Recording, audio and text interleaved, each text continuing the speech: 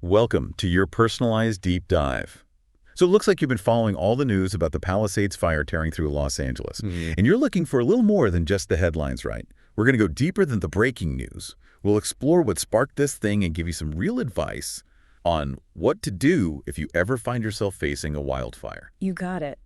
Knowledge is power, especially with these wildfires that seem to be getting more and more frequent and intense. We'll break down the articles and reports you've given us, we'll uncover the science behind these infernos, and we'll shine a spotlight on some pretty amazing stories of resilience from the people who've been directly impacted by this fire. Let's jump right in. Yep. We're talking about the Palisades fire, which started just this past Tuesday, January 7th, 2025. It started in the Pacific Palisades neighborhood of LA, and things escalated pretty quickly. Yeah, it really did. The speed and intensity of this fire were truly remarkable. I mean, just imagine this. Fueled by those notorious Santa Ana winds and bone-dry conditions, this fire just absolutely ripped through almost 3,000 acres by early evening. It even jumped the Pacific Coast Highway and got dangerously close to Will Rogers State Park. Wow, that's incredible. 3,000 acres. That's a huge area of land to be consumed so quickly. You mentioned the Santa Ana winds. Are those a common factor in California wildfires? Oh, absolutely. They're infamous for their role in these fires. You know, they're dry, they rush downslope, and then you combine that with the drought conditions that we've been seeing in Southern California. It's a recipe for disaster. The whole region becomes a tinderbox, just waiting for a spark. And speaking of sparks, the report you gave us mentioned downed power lines as a possible cause in this case. Is that a common thing? Yeah. Unfortunately, yeah, it is. It's a pretty scary thought, you know, a single spark from a downed power line landing on dry vegetation. Boom, instant inferno. And in fact, Southern California Edison has actually resorted to public safety power shutoffs in high-risk areas to try and prevent this exact thing from happening. Wow. That seems extreme. Are they really cutting off power to people's homes? Yeah, it's a last resort for sure. They don't take that decision lightly. You know, they've got these sophisticated meteorological models. They're analyzing data on wind speed, gusts, debris, and how dry the vegetation is to figure out just how high the risk is. It's a balancing act, you know, trying to prevent a firestorm, but also trying not to disrupt people's lives too much. Really shows how dangerous these situations can be. Yeah. So let's say someone like me who's never lived in a wildfire-prone area. What are the most important things to remember if I find myself, facing this kind of threat? Okay, well, first things first. Pay attention to your surroundings. You know, be aware of the weather reports, listen to those evacuation orders, and don't underestimate how fast a fire can move. So no trying to be a hero and packing up all your belongings. Just get out when they tell you to get out. Exactly, your safety comes first. Second, have an emergency plan. Map out your escape routes. Figure out how you're going to communicate with your family. Make sure everybody knows what to do and where to go if a fire breaks out. Yeah, that makes sense. It's easy to panic in a crisis, but having a plan can really help people stay focused and safe. You got it. And finally, never forget about the dangers of down power lines. Always assume any down line is live. Stay at least 100 feet away and call 911 right away. Don't want to be the spark that starts another disaster. That's a good point.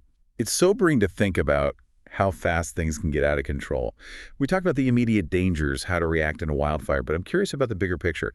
These fires seem to be happening more often, and they seem to be getting more intense. Is that just my imagination, or is there something else going on here? It's not your imagination. There's definitely a trend toward more frequent and more intense wildfires, and climate change is a big part of that. It's fascinating the way it all connects. Rising temperatures, longer droughts, and wildfire risk. Climate change is basically creating the perfect conditions for these infernos to start and to spread really fast. So like a domino effect. Exactly. Hotter temperatures, things dry out, vegetation dries out, and that makes our landscapes more vulnerable to even the tiniest spark. Yeah. And those sparks can come from all sorts of things, from downed power lines to people just being careless. That's a scary thought. It makes you think that what's happening in California is just a small example of a much larger problem that's happening all over the world. Yeah, you're right. Well, what we're seeing in California is kind of a preview of what a lot of the world might have to deal with as climate change gets worse. The hotter it gets, the more often and the more severe these wildfires are going to be. It's definitely something to think about, but understanding the science behind it and the things that contribute to it, that's the first step towards finding solutions and reducing the risks. Yeah. It's a really complex issue with consequences that reach far and wide.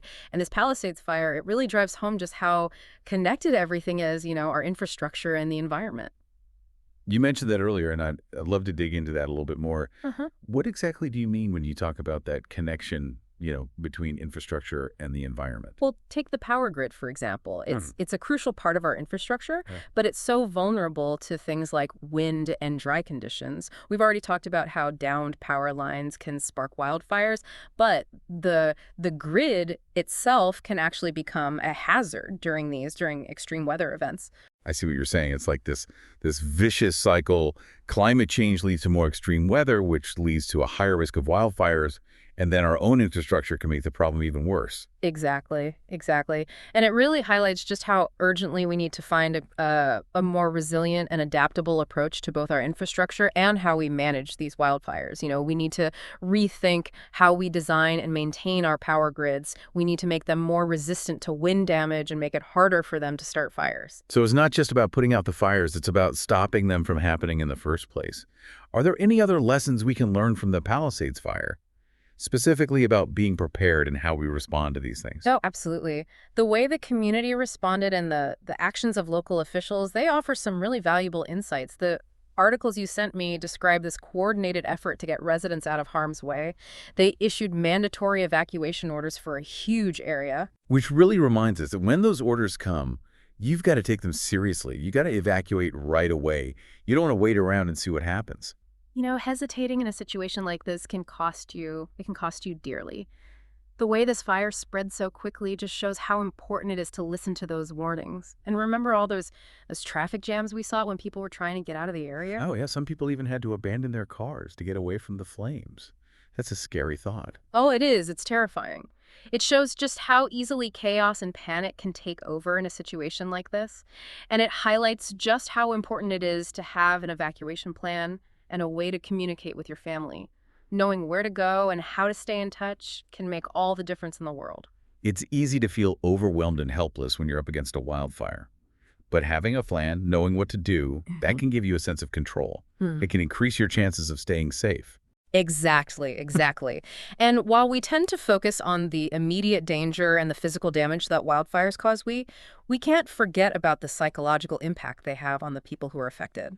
I mean, imagine the trauma of seeing your home threatened by fire or having to evacuate on a moment's notice. Oh, it must be incredibly stressful. The stories shared by residents like Will Adams, who described watching the sky turn brown as transformers were exploding, they really paint a vivid picture of the emotional toll these events take. It's a good reminder that even after the fire is put out, the trauma, the process of rebuilding, all of that can be incredibly challenging. It is.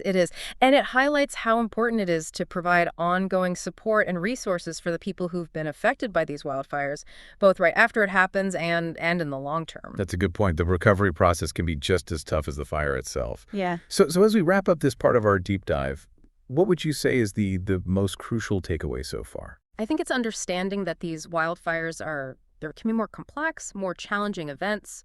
They're not just impacting remote areas anymore. They're affecting densely populated communities. And that means we need a multifaceted approach. We need to understand the science.